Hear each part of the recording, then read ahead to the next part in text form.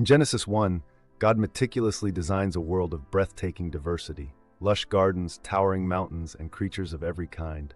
Scientists estimate Earth hosts 8.7 million species, yet Scripture reveals this isn't random chaos. Each element reflects God's intentionality: the lion's strength, Job 38:39, the sparrow's care, Matthew 10:29. The ancient Jewish concept of tikkun olam, repairing the world, begins here. This balance, predators and prey, seasons and tides, shows God's pride in creation's harmony, a blueprint for human stewardship.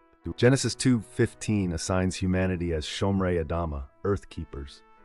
Ancient Jewish tradition held that Adam named animals not to dominate, but to understand their purposes, a model of symbiotic care. Modern ecology echoes this.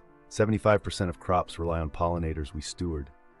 The text contrasts exploitation with avoda, service work, and shamra, protective care. When first-century rabbis debated land use, they cited this verse to mandate crop rotation. God's pride isn't in human control, but in nurturing creativity, turning deserts to vineyards, as Isaiah 35 prophesied.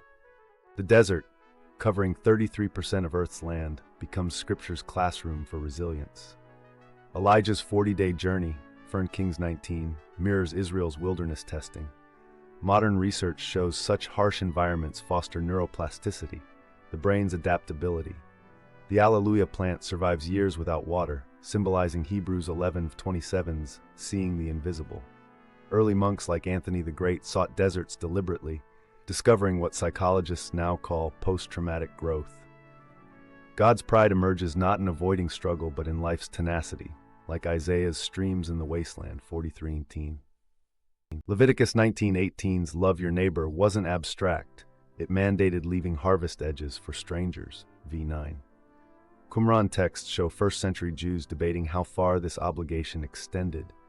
Jesus' Good Samaritan parable shocked listeners by making a heretic the model. Modern sociology confirms strong communities increase lifespan by 50%. The early church's koinonia, Acts 2:44, wasn't forced harmony but deliberate diversity, Pharisees and former prostitutes breaking bread. God's pride shines when, as Malachi 3:16 notes, those who feared the Lord talked together. David's undignified dancing, 2 Samuel 6:14, defied royal protocol, a theme recurring when Jesus welcomed children, Matthew 19:14. Anthropologists note that communal singing releases bonding hormones, but Scripture goes further. Paul's jailhouse hymns, Acts 16:25, triggered earthquakes. The Hebrew word simcha, joy, appears 94 times, often amid oppression.